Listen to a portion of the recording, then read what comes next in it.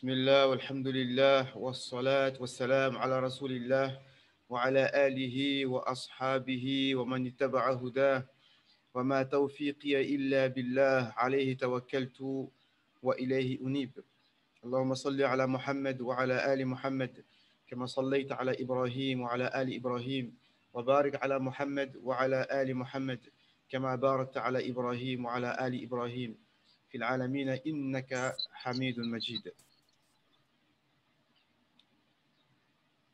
Donc, alhamdoulilah, donc on continue sur l'explication des versets. Donc, on était arrivé au verset numéro... En fait, on était sur la page qu'on n'a pas terminée. Donc, à partir du verset 38, on a dit, le verset qui nous dit que on a donné un titre au peuple juif, le Coran vous parle. Mais là, je viens de recevoir une image. Apparemment, ce sont les Juifs qui nous parlent avec le Coran. C'est-à-dire qu'ils montrent une image d'une bombe qui explose à Gaza et ils écrivent « Alam tara kayfa fa'ala rabbuka bi ashabil fil » Ne vois-tu pas comment Allah a fait avec les gens de l'éléphant? Vous savez, quand Allah il a envoyé des oiseaux qui ont lâché des pierres enflammées. Donc, et pareil, le frère, donc je tiens à vous encourager à suivre les chaînes YouTube des frères Jésus musulman, du collectif Hanifiya, et aussi la chaîne Un seul message du frère Ismaël du collectif, qui sont eux spécialisés dans l'interreligieux. C'est-à-dire que quand on dit le Coran vous parle, donc les gens qui sont bien spécialisés dans la sphère francophone sur ces domaines, c'est les frères que j'ai cités, car ils connaissent bien les écrits bibliques, etc. Et la dernière vidéo qu'a posté le frère Jésus musulman, justement, il explique historiquement, bibliquement, c'est-à-dire avec la Torah, la Bible et avec le Coran, que en réalité, cette terre-là n'appartient pas aux Juifs. Elle leur appartenait, il fut un temps, comme dans la sourate numéro 5 où Allah Azza wa Jal dit aux enfants d'Israël rentrez dans la terre sainte qui a été prescrite pour vous et ne retournez pas sur vos talons. Mais par contre, qu'est-ce qui s'est passé? Alors soyez bien attentifs. Ils ont dit قالوا يا موسى إن فيها قوما جبارين وإنا لن ندخلها حتى يخرجوا منها. Désolé.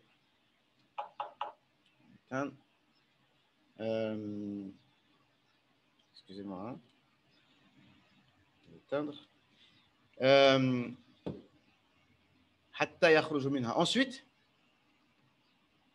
ils ont dit comment ça commence le verset? قالوا يا موسى لن ندخلها أبدا ما داموا فيها فاذهب أنت وربك فقاتلا إنا هاهنا قاعدون.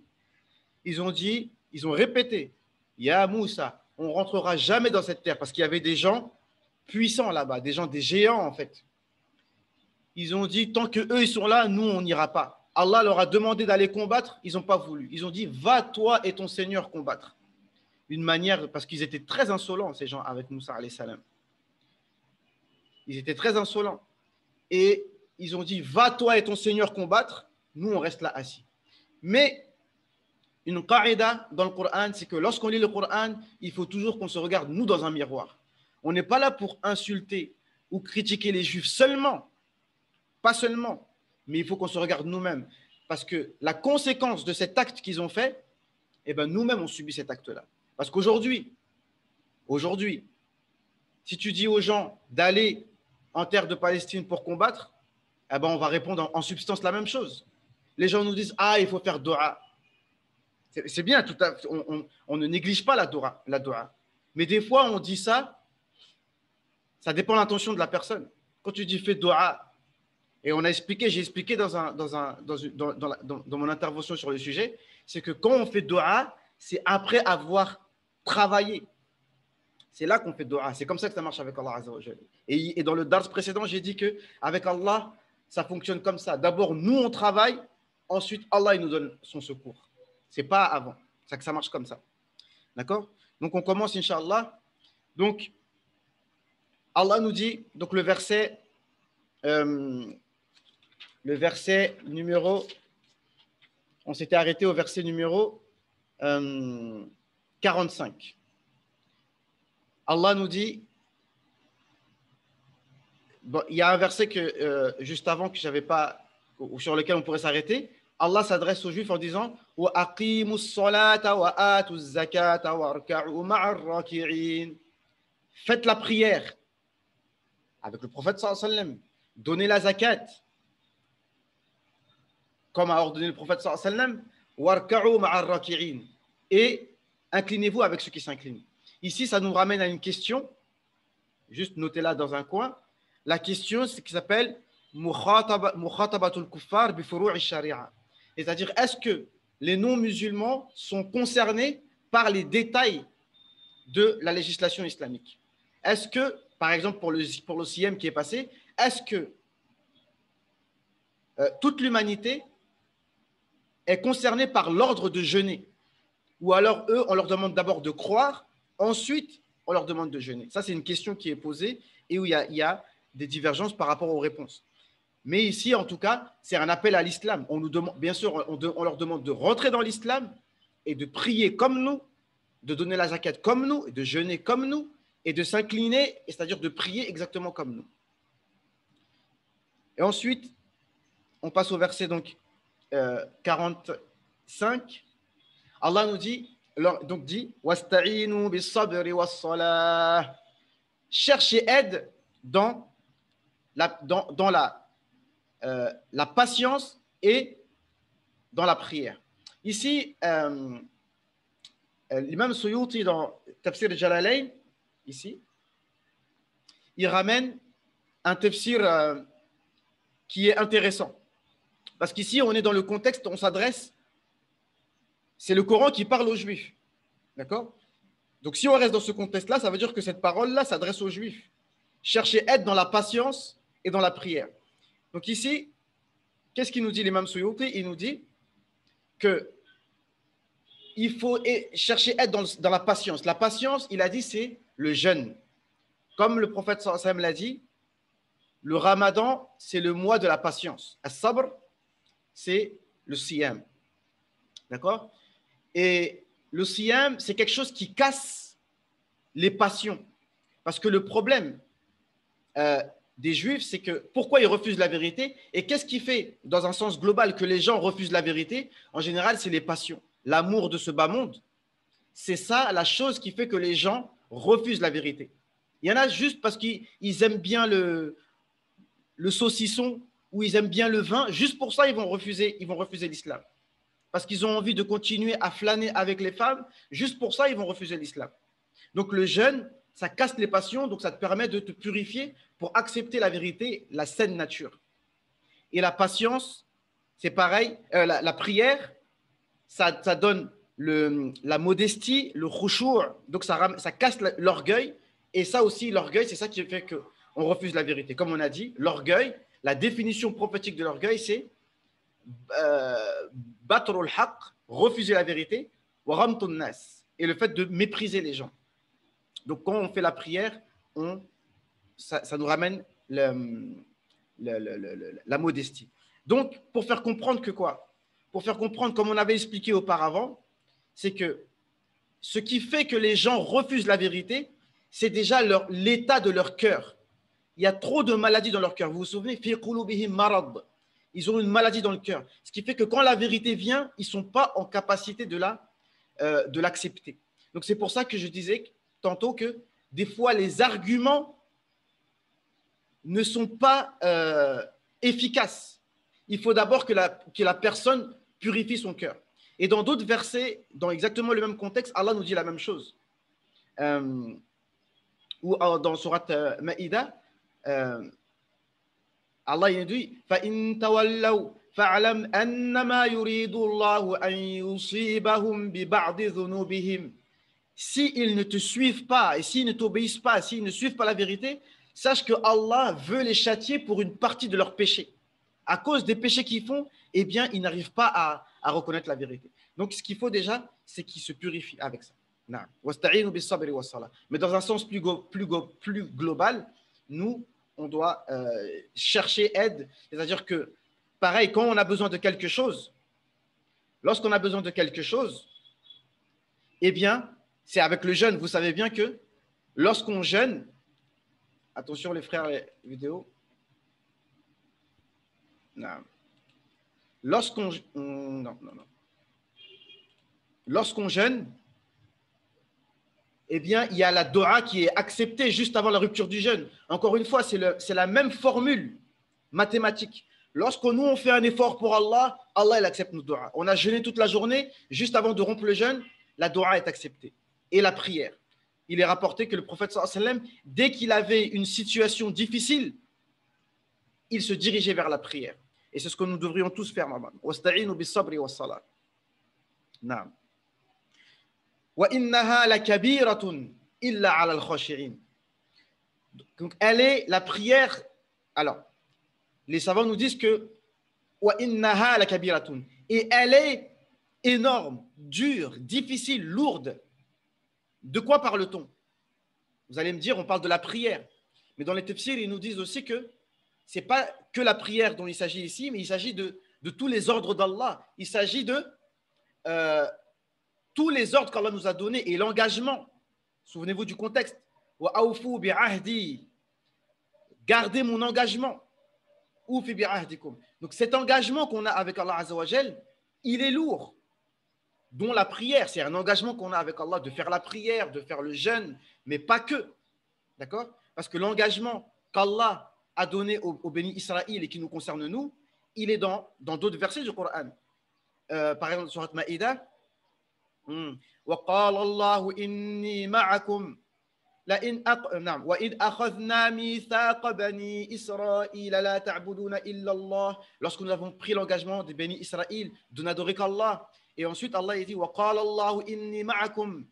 Je serai avec vous. Allah a dit je serai avec vous. C'est-à-dire je vais respecter mon engagement vis-à-vis de vous tant que vous respectez votre engagement qui est le suivant.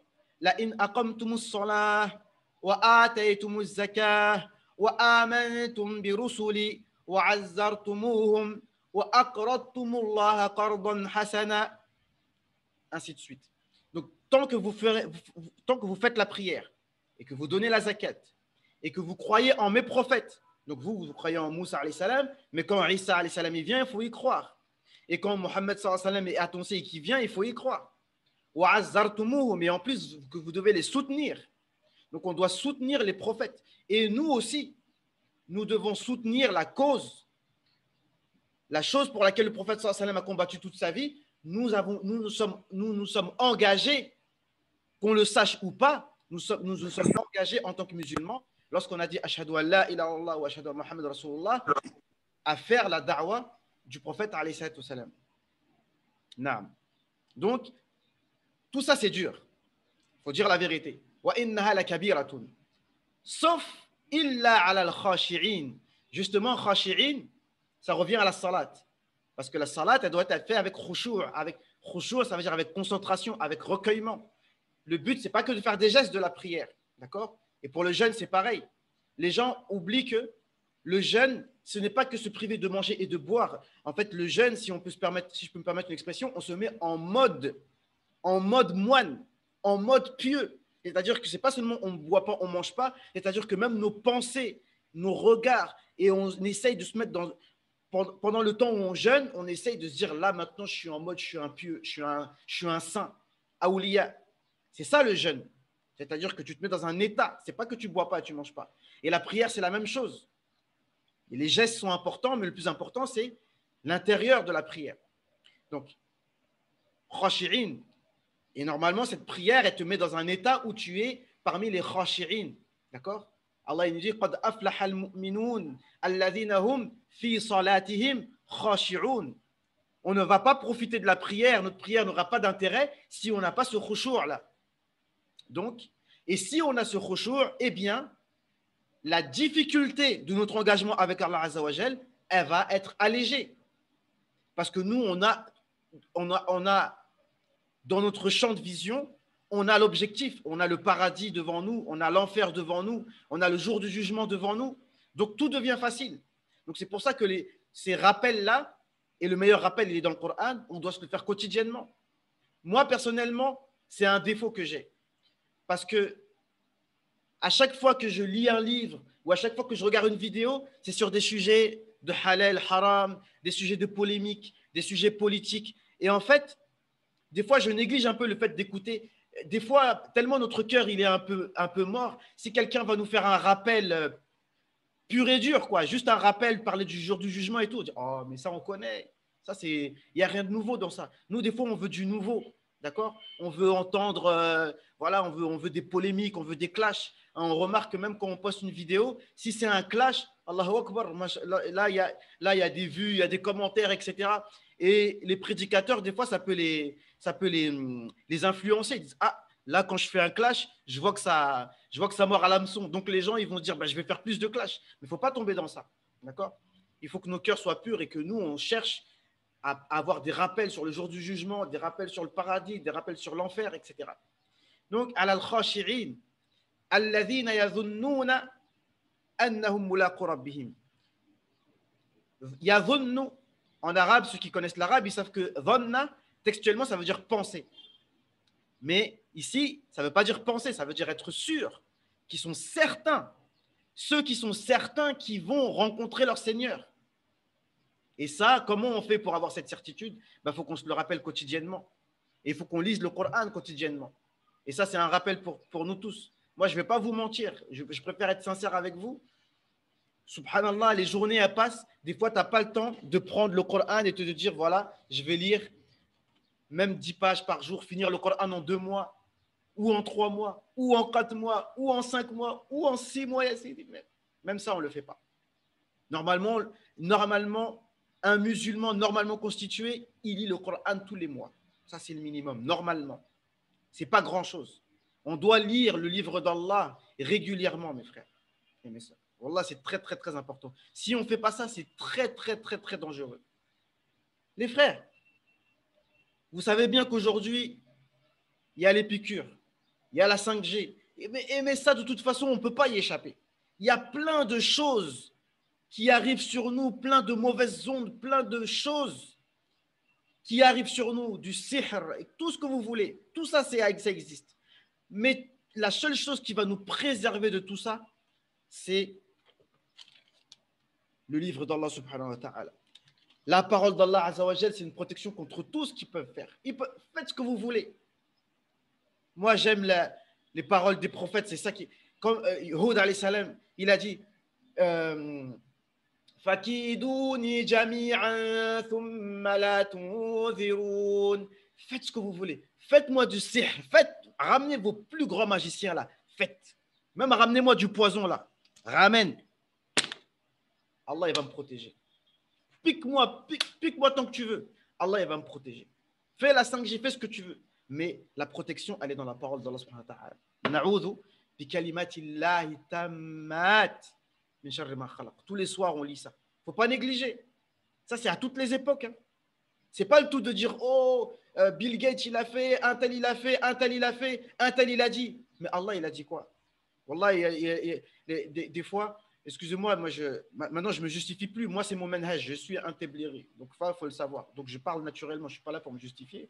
Mais quand tu vas écouter leur bayan, tout de suite, ils te remettent les idées en place. Ils disent que le corona est venu de Chine. Non, ils disent que c'est venu des États-Unis. Ils disent. Mais Allah, il a dit quoi? On ne se pose pas la question, Allah, il a dit quoi? Tout vient d'Allah subhanahu wa ta'ala. Toutes les épreuves viennent d'Allah subhanahu wa ta'ala. Après, les gens qui créent des maladies, eux, Allah azza wa jal, il va les juger au centime près. Il va les juger. Ceux qui font des maladies pour tuer les gens parce qu'ils disent qu'il y a trop de monde sur terre, là, Allah, il va s'occuper de leur cas. Et puis, de toute façon, on va tous mourir. Si c'est ça leur problème. Eux-mêmes, ils vont mourir. Ça, ce n'est pas un problème. Le problème, c'est après. D'accord? Donc, الذين يظنون أنهم ملاقو ربهم وأنهم إليه راجعون. Et qui savent qu'ils vont revenir vers Allah subhanahu wa ta'ala. Si nous, on a ça, alors tout devient facile. On va accepter la vérité. Ça s'adresse aux Juifs. On répète, on revient dans le contexte. Sachez, vous les Juifs et vous les non-musulmans, que vous allez revenir vers Allah subhanahu wa ta'ala. Donc, à quoi ça va vous servir? Qu'est-ce que ça va vous apporter? Même si vous avez des millions, toi, Bill Gates, ça va t'apporter quoi tes millions quand tu vas être devant ton argent, là, ça va te servir à quelque chose devant Allah subhanahu wa ta'ala? Tu crois que tu vas pouvoir payer, soudoyer les anges pour dire, vas-y, laisse-moi passer? Non. Et c'est ça qu'on va voir tout de suite. Allah, il nous dit, Ya bani Israël, azkuru ni'mati allati an'amtu alaykum wa anni faddaltukum ala al-alamin. Deux fois dans la même page, vous imaginez? Allah Azza wa Jal les appelle, oh, les enfants d'Israël. Et on a dit, c'est une parole élogieuse. Il n'a pas dit, oh vous les mécréants, oh vous les maudits, oh vous les... Parce que Isa alayhi salam, qui est connu pour être quelqu'un de pacifique, mais quand il parlait aux Juifs, attention, là c'est les frères... Dommage, il n'est pas là, le frère. J'ai un frère avec moi qui connaît bien la Bible, et il va vous dire les passages. Comment Isa alayhi salam, il parlait aux Juifs. C'est pas nous, hein. Et Isa lui-même, c'est un juif. Hein. Attends, moi, je lui laisse la responsabilité de ses propos, alayhi salam. Il a dit, ô peuple de vipères, race de vipères. Il leur a dit comme ça. Parce que c'est, voilà quoi. Et dans la Bible elle-même, même dans le Coran, bon, c'est vrai, dans le Coran, de temps en temps, ça... Et encore, c'est juste Allah, il menace. Allah dit, Ya ayyuhalladhina utul kitab, آمنوا بما نزلنا من قبل أن نطمس وجوها فنردها على أدبارها أو نلعنهم كما لعنا أصحاب السبت وكان أمر الله مفعولا. En fait, Allah Azza wa Jal, il n'a même pas dit race de vipères ou oh les maudits. Il a dit, oh vous qui avez reçu le livre, croyez à ce qui a été révélé sur vous avant que les visages soient retournés. Ça veut dire que tu vois comme ça là. Tu vois quand on tord ton cou là, natomi sawujuhan. Natomi, ça veut dire on efface ton visage. Fanaruddaha ala adbariha, et qu'il soit retourné comme ça. Ou qu'on vous maudisse comme on a maudit les gens du Sept. L'histoire du Sept, dans Sourate 7. Parce que le jour de Shabbat, ils ne doivent pas travailler. Et un jour, parmi des Juifs auparavant, ils ont voulu trafiquer, comme ils savent le faire très bien. Et nous aussi, quand je parle d'eux, je parle de nous aussi. Trafiquer les textes. Bon, on n'a pas le droit de travailler le samedi. Qu'est-ce qu'on va faire? Ils ont réfléchi, ils ont dit, bon, qu'est-ce qu'on va faire? On met un filet. Le samedi, on ne fait rien. Là, il y a un ruisseau comme ça. On n'a pas le droit de pêcher. Ils n'ont pas le droit de pêcher. Mais pourtant, le problème, c'est qu'Allah les a éprouvés. Toute la semaine, il n'y a aucun poisson qui sort de cette rivière. Mais le samedi, il y a des poissons qui, vous savez, les poissons voleurs, les poissons qui volent là.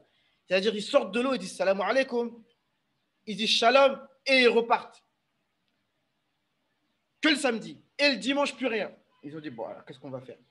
On va mettre un filet. Le samedi, on reste tranquille. Et le dimanche, on récupère tout ça. Donc, ils ont voulu trafiquer. Allah les a maudits. Bref, donc Allah Azza wa Jal, juste, il menace avant que ça arrive. C'est pas de la justice, ça?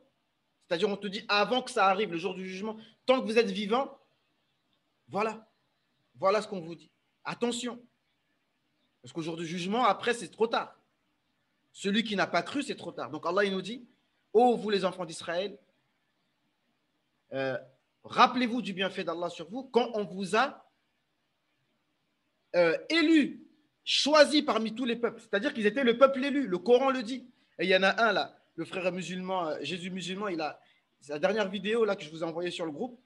Il a dit, vous n'êtes pas au courant? C'est écrit dans le Coran, vous n'êtes pas au courant? Tu sais, il fait des jeux de mots comme ça. Hein? Il dit que la Palestine nous appartient, c'est écrit dans le Coran, vous n'êtes pas au courant. Il fait des jeux de mots. Mais frère Jésus musulman, il a dit, attention, le Coran, Torah. Ah, je l'aime beaucoup, machallah. Jésus musulman, ça c'est un vrai oustaz. il fait, mashallah, des contenus très ludiques et mashallah. Le Coran, Torah. Bref. Donc, tout ça pour dire que, je disais quoi donc, ils ont été élus. Oui, le Coran dit qu'ils étaient élus. Mais ça, c'était avant. Maintenant, le peuple élu, c'est nous. D'accord? Mais avant, ils étaient élus. Comme Allah il le dit, ils étaient élus. Ils avaient des prophètes parmi eux. Il y a eu des dizaines de prophètes. Entre Moussa alayhi salam et Isa alayhi salam, des dizaines et des dizaines. Mais le problème, c'est que de temps en temps, ils les tuent. De temps en temps, ils les traitent de menteurs. Yahya, Zachariah, comment est-ce qu'ils les ont traités? Et Isa alayhi salam, comment est-ce qu'ils l'ont traité? Le problème, c'est ça avec eux. C'est que les prophètes viennent de la part d'Allah, les meilleurs des hommes. Eux, ils les tuent, ils les rejettent, etc. Parce que, soi-disant, ils connaissent mieux que les prophètes. Et il leur a donné la royauté. Oui, le roi David, le roi Suleyman, ils ont eu une royauté immense. Allah il nous dit وَلَقَدْ آتَيْنَا آلَ إِبْرَاهِيمَ الْكِتَابَ وَالْحِكْمَةَ وَآتَيْنَاهُمْ مُلْكًا عَظِيمًا. Nous avons donné à la famille d'Ibrahim le livre et la sagesse, et en plus on leur a donné un royaume immense. فَمِنْهُمْ مَنْ آمَنَ بِهِ وَمِنْهُمْ مَنْ صَدَّ عَنْهُ وَكَفَى بِجَهَنَّمَ سَعِيرًا. Parmi les Juifs, certains ils ont respecté leur engagement, mais d'autres ils se sont détournés. Et l'enfer suffit comme fournaise. Et Allah Azza wa Jalla dit dans Surat Ali Imran, Inna Allah astafa Adam wa Nuhan wa ala Ibrahim wa ala Imran ala al-alamin, dhurriyatan ba'duha min ba'd, wallahu sami'un alim. Dans Surat Ali Imran, Allah il dit, Allah a choisi Adam. On a parlé d'Adam juste avant. Vous voyez le lien entre Adam et les enfants d'Israël. C'est un choix divin. Allah a choisi Adam. J'avais oublié de dire que Adam, on a posé la question au prophète sallallahu alayhi wa sallam, est-ce que c'était un prophète? Le prophète sallallahu alayhi wa sallam, il a dit Naam, c'était un messager et un prophète, et Allah lui a parlé directement. Et les enfants d'Israël, c'est pareil, c'est un choix divin. Donc Allah a choisi Adam. Ensuite, Nuh, et on avait cité, on est tous des descendants de Nuh. Donc Nuh a été choisi parmi les humains, les autres ont été détruits. Ensuite, wa ala Ibrahim, la famille de Ibrahim, c'est-à-dire les descendants d'Ibrahim, tous des prophètes. Donc, Ishaq, Yaqub, Yusuf, etc., etc. Ensuite, ala Ibrahim, wa ala Imran. Imran qui était le père ou le grand-père de Maryam, alayhi salam. Maryam, la mère de Isa, alayhi salam. Donc, tout ça, c'était des descendances. Donc, ils ont été choisis. D'accord? Et Ibn Mas'ud, il avait écrit dans son tafsir, wa ala Muhammad. Et aussi, Allah a choisi la famille du prophète sallallahu alayhi wa sallam. Ça, c'est un autre sujet. Mais même nous, en tant que sunnites, on sait que la famille de Mohammed sallallahu alayhi wa sallam aussi, qui est Al-Kawthar et qui est très nombreuse jusqu'aujourd'hui, a été choisie par Allah subhanahu wa ta'ala. Mais l'essentiel, c'est la piété. Donc, ils ont été choisis. Donc ça, c'est un bienfait d'Allah subhanahu wa ta'ala qu'Allah leur a donné. Mais ensuite, Allah nous dit وَاتَّقُوا يَوْمًا لَا تَجْزِي نَفْسٌ عَنْ نَفْسٍ شَيْئًا. Craignez le jour. Donc Allah leur rappelle le bienfait, mais il les menace. Toujours la même chose, la dualité. لَا تَجْزِي نَفْسٌ عَنْ نَفْسٍ شَيْئًا. Craignez le jour où aucune âme ne pourra être d'utilité pour aucune âme. Et ça, c'est souvent dans le Coran. Et ça, c'est un rappel pour les chrétiens, les gens du livre et les chrétiens, parce que les chrétiens, ils ont tiré leur théorie de Isa, le sauveur, le sang de Jésus, c'est un peu tiré des enseignements de l'Ancien Testament, parce qu'eux, ils avaient cette notion, même nous, que quand tu sacrifies un animal, ben, ça pardonne tes péchés. Donc eux, ils ont trafiqué ça en disant que Isa alayhi salam, c'est lui, si on croit au fait qu'il est mort pour nous, alors on aura les péchés pardonnés. Mais Allah Azza wa Jal, il invalide cela en disant qu'aucune âme ne pourra servir à aucune âme. Et à la fin de Surat Luqman, Allah il dit وَاتَّقُوا يَوْمًا لَا تَجْزِي وَالِدٌ عَنْ وَلَدِهِ وَلَا مَوْلُودٌ هُوَ جَازٍ عَنْ وَالِدِهِ شَيْئًا. Le père ne pourra rien faire pour son fils, ni le fils pour son père. Donc là, on ne peut pas faire mieux. D'accord? وَلَا يُقْبَلُ مِنْهَا شَفَاعَةٌ. il n'y aura pas d'intercession. Wala yu'khadhu minha adl, pas de rançon, même si c'est l'équivalent de la terre entière comme or. Il y a plein de versets comme ça dans le Coran. L'équivalent de la terre entière comme or, ça ne servira à rien. Naam. Wala hum yunsarun. Et ils ne seront pas sauvés. Personne ne pourra les sauver, ni par miséricorde, ni par vengeance. Personne ne va se fâcher pour vous et personne ne sera triste pour vous. Naam. Et on avait dit, il y avait un verset qui disait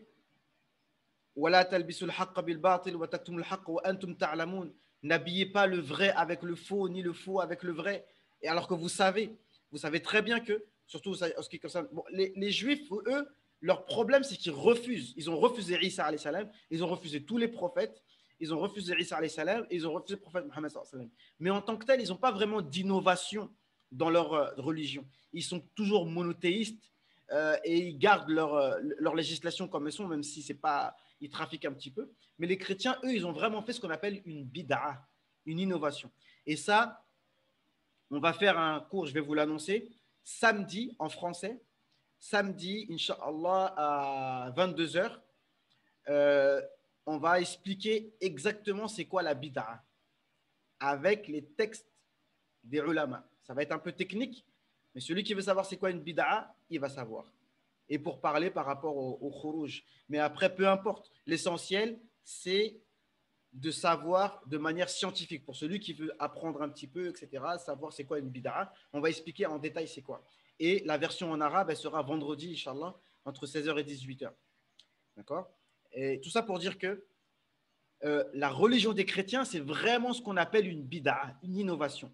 On va expliquer exactement ça veut dire quoi, mais une innovation, c'est le fait de faire quelque chose qui n'a aucune base dans la législation. D'ailleurs, le fait de dire qu'un être humain, c'est-à-dire Isa alayhi salam, il est mort pour prendre les péchés des autres, il n'y a aucun prophète qui a enseigné une chose pareille. Par contre, le prophète Mohammed sallallahu alayhi wa sallam, lui, il n'est pas une innovation. Comme il le dit, Ma kuntu bid'an min ar-rusul. Je ne suis pas une innovation. Ce que je rapporte, c'est exactement la même chose que tous les prophètes avant moi ont rapporté depuis Adam alayhi salam. Donc il n'y a pas d'innovation. Même s'il y a des changements, même s'il y a des différences, mais les bases sont les mêmes. D'accord? Et donc, pour dire que quelque chose est une bid'a, il faut vraiment que ce soit une chose qui n'a pas de base dans la religion. Mais ce n'est pas quelque chose qui est nouveau, quelque chose qui n'a pas été fait à l'époque du prophète sallallahu alayhi wa sallam, qui est une innovation en tant que telle. Mais ça, on détaillera ça plus tard. Et donc, juste pour dire que les Juifs, leur rôle, Allah leur a donné, Allah dit que la Torah, il y a de la guidée et de la lumière. Donc, le rôle des Juifs sur terre, normalement, c'est d'être des guides pour l'humanité, enseigner aux gens le bien, etc., etc. Et non pas de tromper les gens, de prendre les gens comme des esclaves, etc. Non. Donc, voilà, j'ai fini tout ce que j'avais à dire. Non. Donc, pour dire que nous sommes la meilleure communauté, il y a un hadith qui dit, rapporté par Ahmed, Antum tufuna sab'una umma, wa antum khayruha wa akramuha ala Allah azza wa jal. Rapporté par Ahmed et Ibn Majah, vous êtes équivalent à 70 communautés en termes de biens, d'accord? Ou alors vous êtes venus après 70 communautés, Allah alam. En tout cas, on est les derniers arrivés, mais on est les meilleurs et les plus nobles et les plus aimés auprès d'Allah subhanahu wa ta'ala. Et ça, il y a plein d'autres hadiths qui prouvent cela. Mais il y a des conditions, comme vous savez. Pour être les meilleurs, comme Allah a dit, kuntum khayra ummatin ukhrijat lin-nas ta'muruna bil ma'ruf wa tanhauna 'anil munkar wa tu'minuna billah. Vous êtes la meilleure communauté suscitée aux gens. Vous ordonnez le bien, vous interdisez le mal et vous croyez en Allah.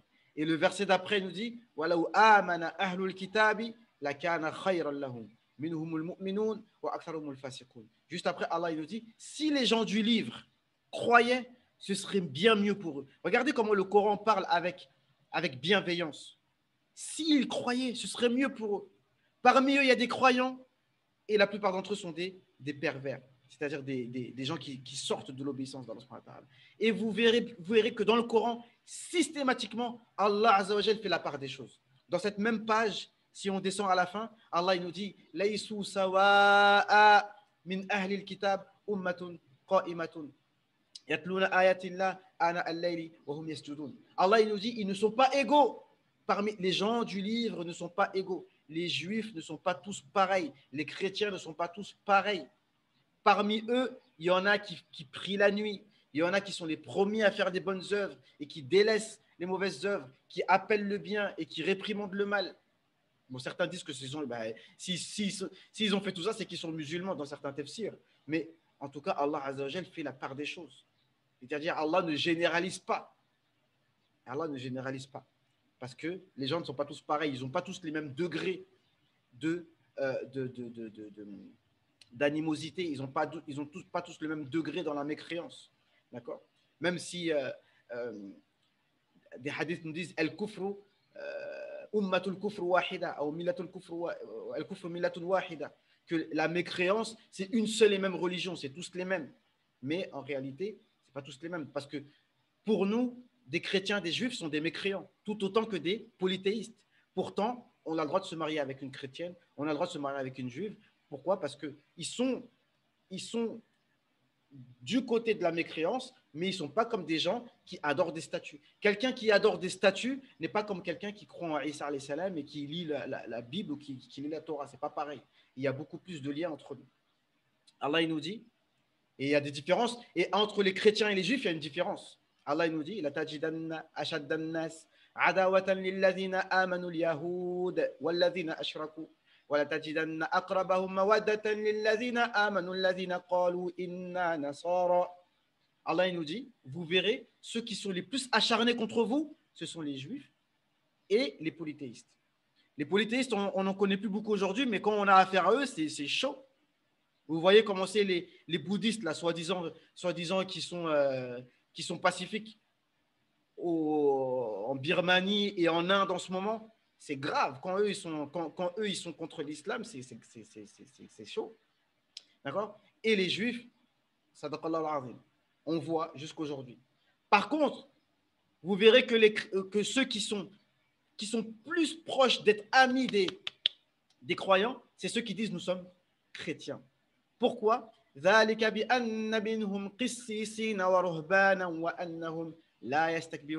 que parmi eux, il y a des gens effectivement qui sont très ascètes. Vous savez, ils font des jeûnes de parole. Bon, après, des fois, c'est exagéré, mais ils sont très pieux, donc ils sont très modestes.